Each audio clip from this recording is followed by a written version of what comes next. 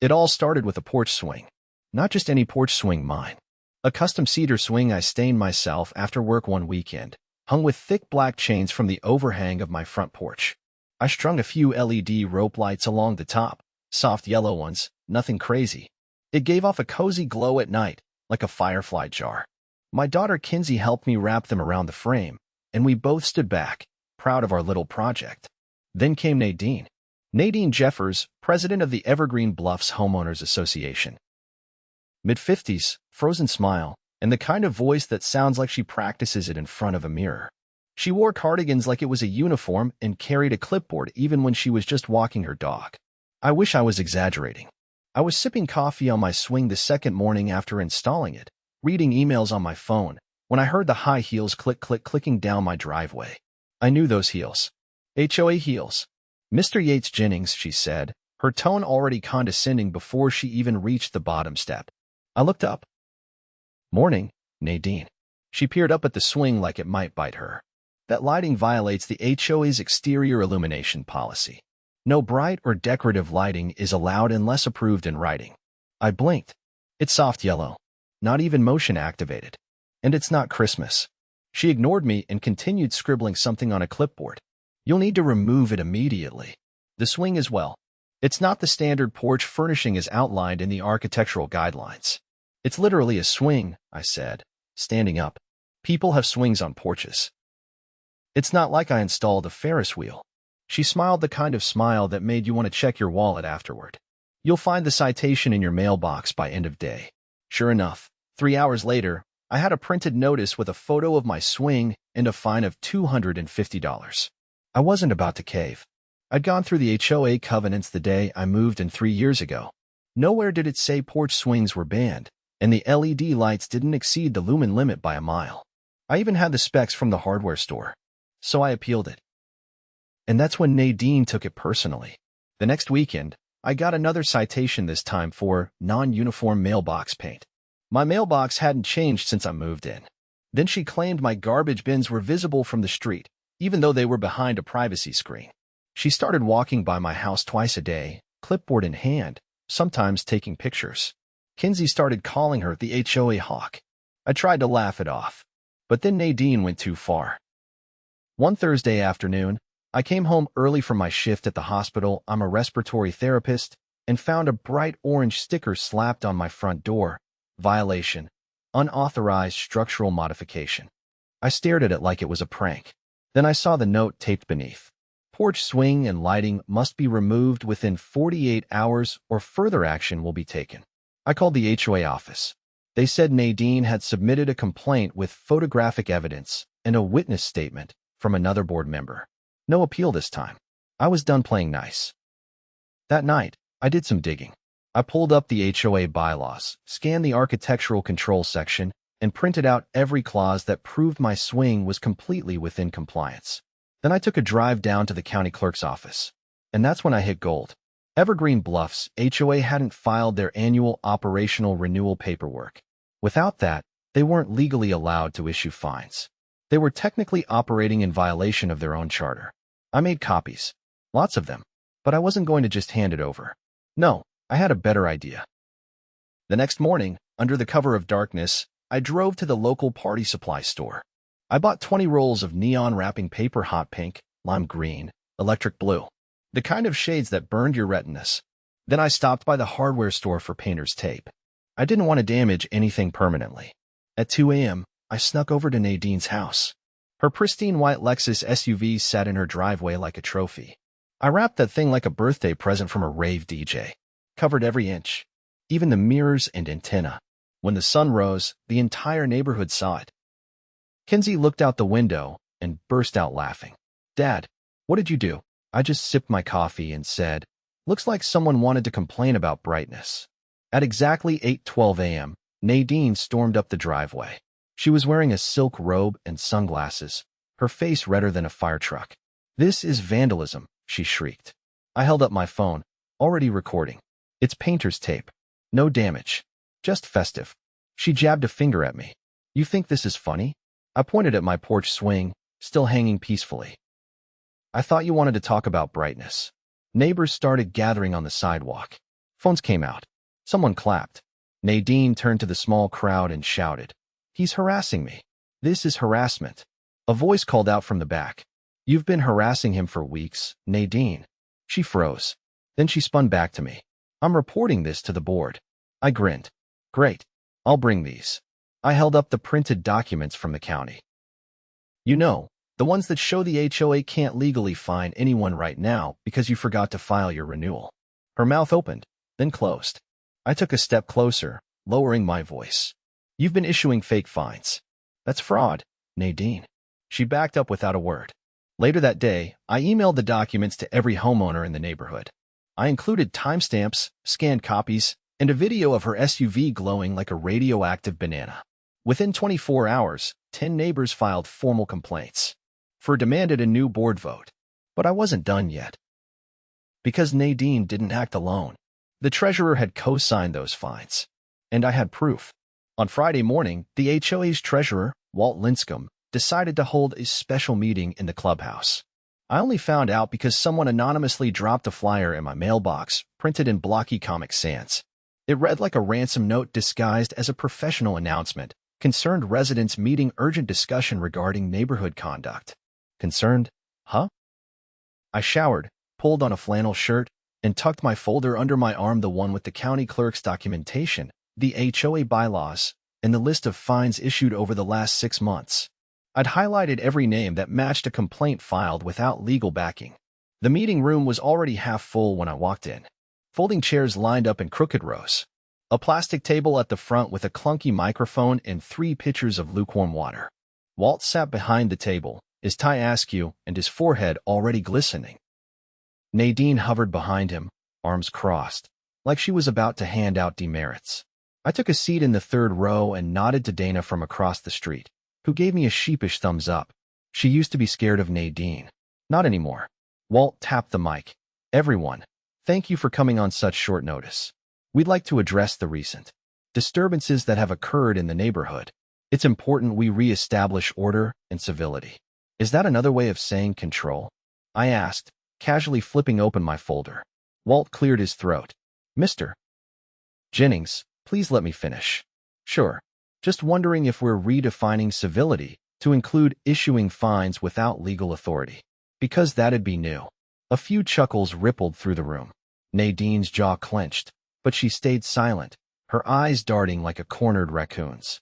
"We have reason to believe," Walt continued, "that certain acts of vandalism and harassment are being celebrated, even encouraged, by residents." "Define vandalism," I said, stepping to the aisle. "Because I have footage of Nadine trespassing on my property to photograph my porch. And since we're choosing words carefully, let's talk about fraud." Walt blinked. "Excuse me." I held up the page from the county clerk's office. "This is an official document showing the HOA failed to renew its operational charter. That means every fine issued since April is invalid. You've been collecting money illegally." Someone near the back muttered, "You've got to be kidding me." I continued, "And here's a list of those fines. 42 in total." Most residents didn't know they could contest them because Nadine told them appeals were suspended due to policy revisions. "That's not just unethical, it's criminal." Walt's voice cracked. "That's a misinterpretation of the renewal process." "We save it," I said, raising a second sheet. This is the HOA's own bylaws stating that failure to renew renders the board inactive until reinstatement. You've been impersonating a legal authority. That's a felony under state law." Murmurs turned into whispers. Someone stood up and asked, "Is this real?" "Every word," I said. I verified it with the county registrar and the city attorney's office. And yes, I have a timestamped email from both. Nadine stepped forward. "This is an attempt to undermine the board. He's twisting legal jargon to confuse you. He installed unauthorized fixtures and damaged my personal property." "Let's talk about that," I said, turning toward her. "Did you file a vandalism report with the police?" "No," she snapped. "Why not?" She hesitated. "Because painter's tape and party paper aren't vandalism.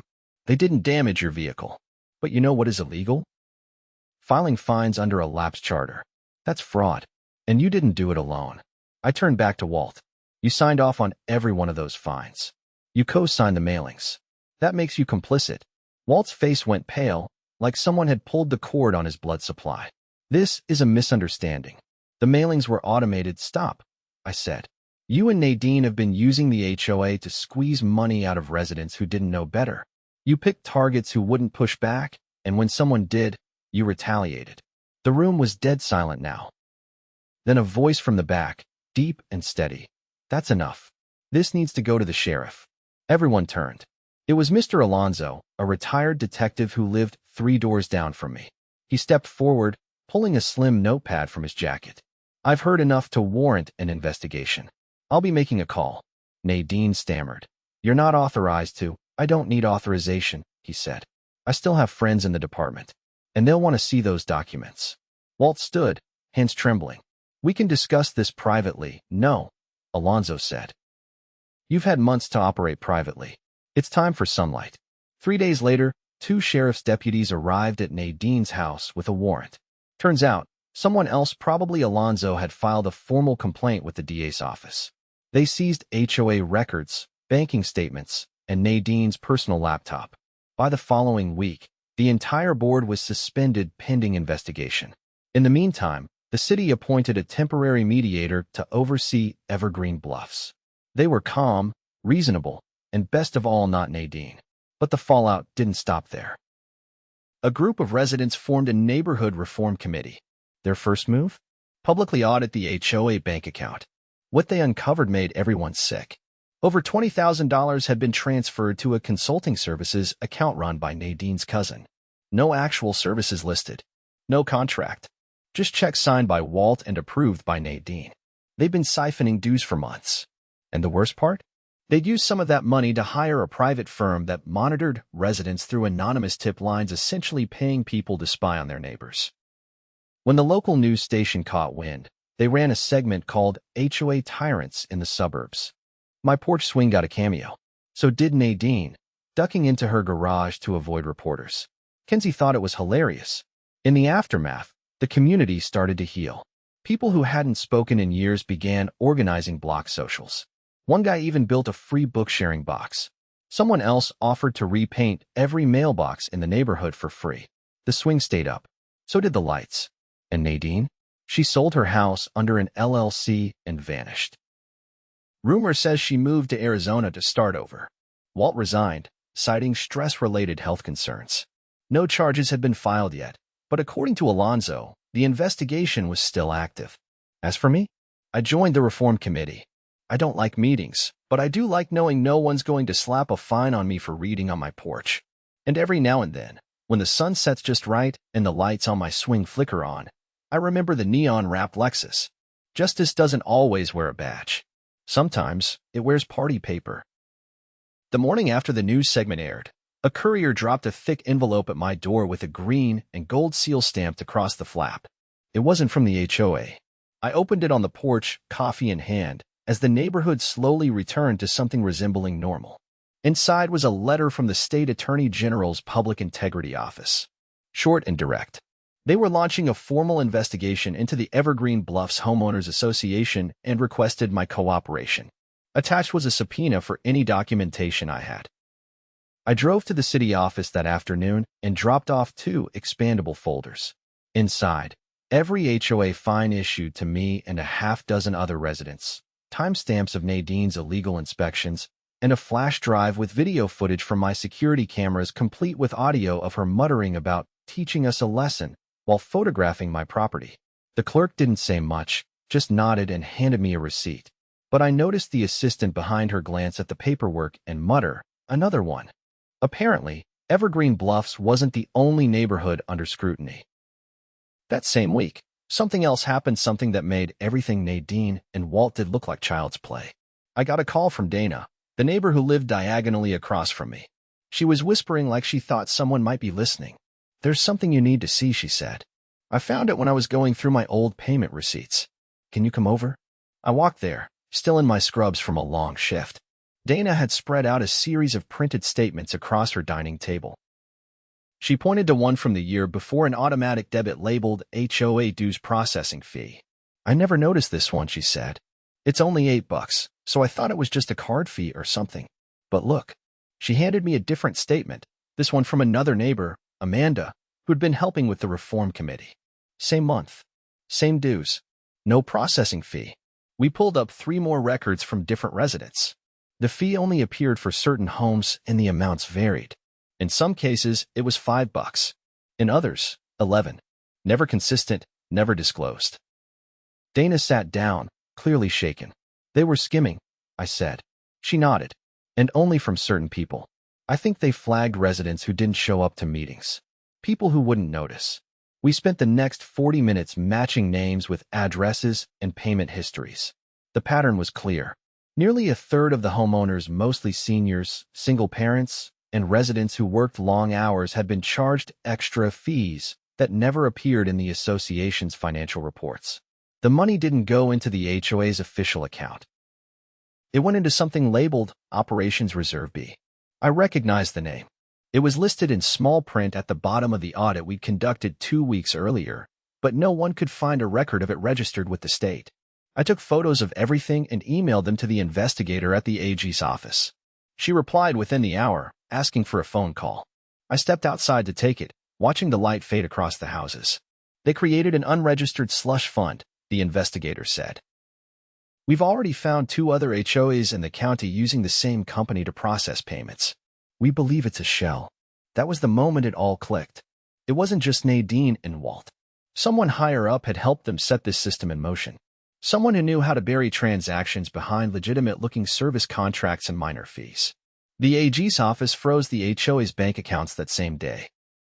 By the end of the week, 2 more subpoenas were issued, one to the payment processing company and another to the HOA's former financial advisor, a man named Leonard Voss, who apparently lived in a gated community 15 miles west. He wasn't on anyone's radar until then. Turns out, Leonard had been quietly working with multiple associations across the state, offering budget optimization services that funneled small payments into accounts he controlled. It was just enough to stay under the radar, but across several neighborhoods, it added up to over $300,000. The Evergreen Bluffs HOA had been one of his test runs. I met with the AG's team in person the following Monday, driving into the city and sitting across from 2 attorneys and a fraud investigator in a beige conference room with no windows. They were sharp, fast-talking, and absolutely relentless. Did Nadine ever mention Leonard by name? No, I said. But she did say we'd never understand how much work went into balancing the books. I thought it was just her usual posturing. The lead investigator, a woman named Marisol, scribbled notes. Did you ever receive HOA notices with a different return address? Once, I said. It came from a P.O. box in Southfield. She nodded. That's where Leonard's company is registered. They had already seized computers from Nadine's house and recovered emails linking her directly to Leonard's firm. She'd been receiving quarterly kickbacks in the form of consulting bonuses. Walt, too. The numbers were staggering. Nadine had personally received just under $40,000 over the course of 2 years. But the worst part? Some of that money came from residents facing foreclosure. The HOA had weaponized late fees to push people out, then bought their homes through shell buyers and flipped them at a profit. It wasn't just fraud, it was racketeering. The AG's office handed the case to the U.S. Attorney for federal prosecution, and the FBI got involved. I came home that night to find a black SUV parked at the edge of the neighborhood. 2 agents were speaking with Alonzo near the mailbox cluster. He saw me and waved me over. They're building a case, he said quietly, and it's not just Evergreen. They've got 5 other neighborhoods in the crosshairs. One of the agents nodded to me. You started something big. We're going to need your help again. I agreed without hesitation. That Friday, a federal grand jury indicted Nadine, Walt, Leonard, and 2 others from Leonard's firm. Charges included wire fraud, mail fraud, conspiracy, and violations of the RICO Act. The news exploded. Local, state, even national outlets covered it. Evergreen Bluffs became ground zero for a statewide cleanup of corrupt HOAs. But the story didn't end there.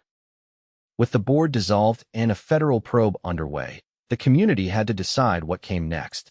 The Reform Committee organized a vote to transition Evergreen Bluffs into a resident-managed association, with full transparency and rotating leadership.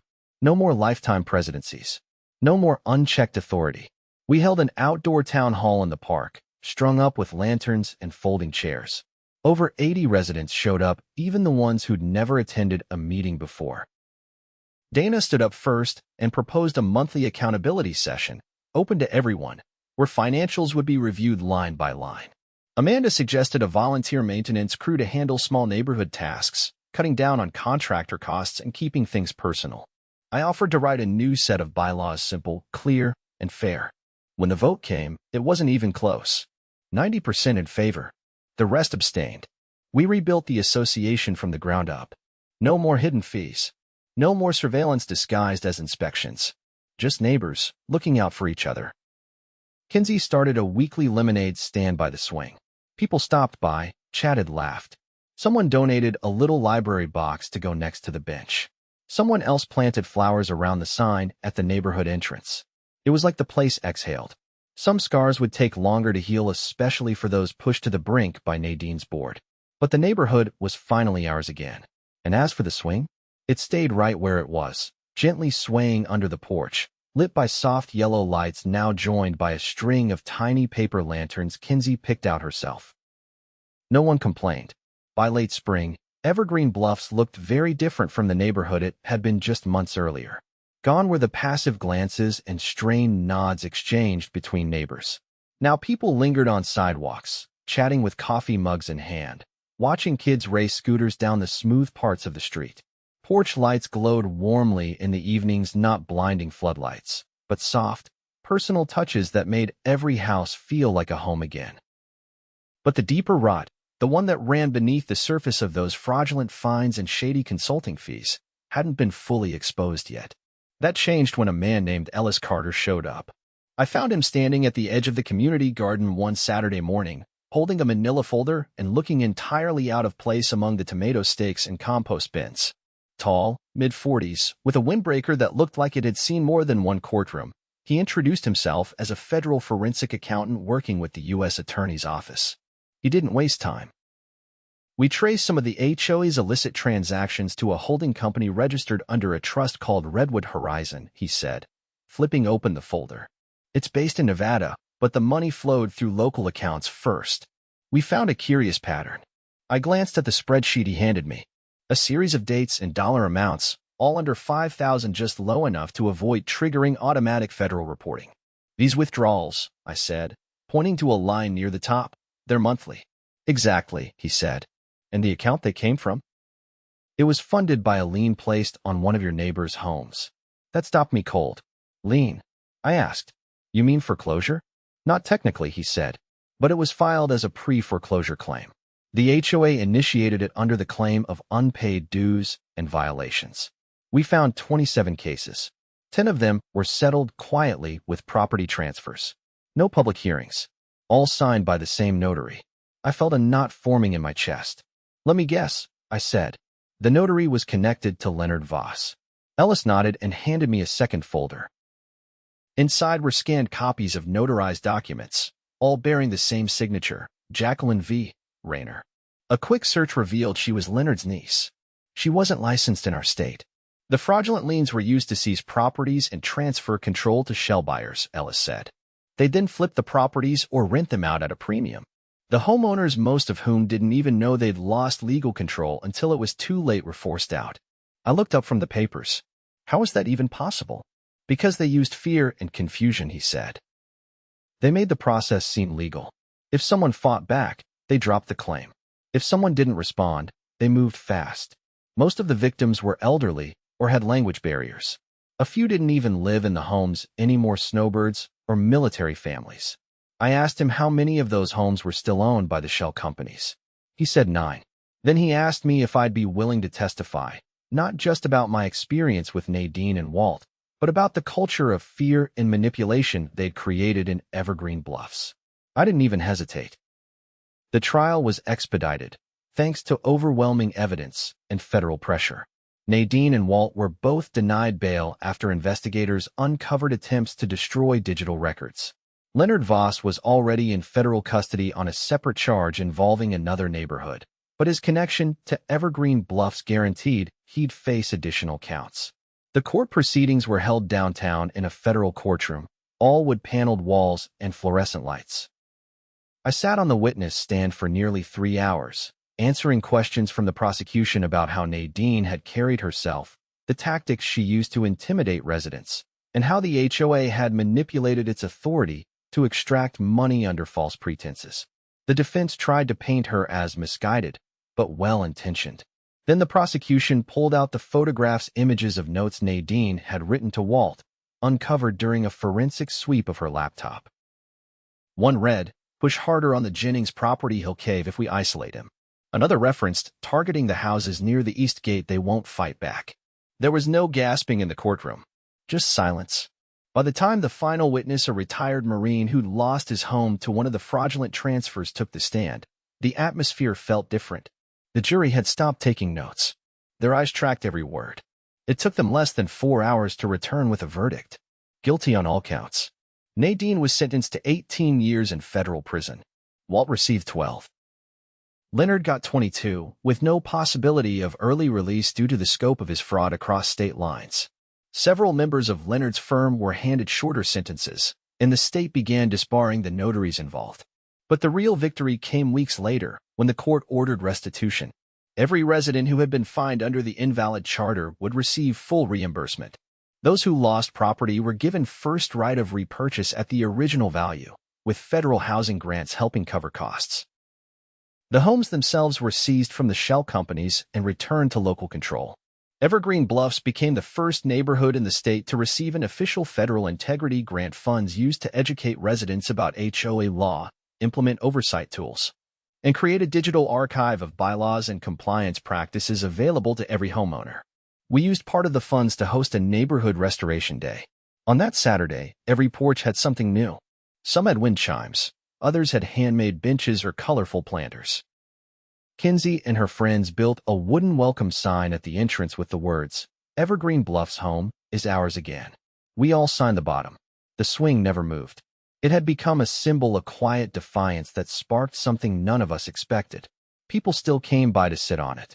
Sometimes they brought coffee, sometimes they brought questions about how to join the committee, or how to help with the new Neighborhood Watch program, one that reported to the residents, not over them. On a warm evening a few months later, I stepped out to find Alonzo leaning against my fence, nodding slowly as he looked around. "Never thought I'd see it like this," he said. "Feels like a different place." "It is," I said. "And it's not going back." He tilted his head toward the porch. "Still got that swing. Always will." He chuckled and walked off, hands in his pockets. That summer, the state passed a new bill, the Community Transparency Act, requiring all HOAs to register annually, report financials quarterly, and provide homeowners with unrestricted access to governing documents and meeting minutes. Evergreen Bluffs was cited as the case study that made it happen. And every time I saw those warm porch lights twinkling down the street, I knew one thing for sure. We didn't just save our neighborhood. We changed the rules.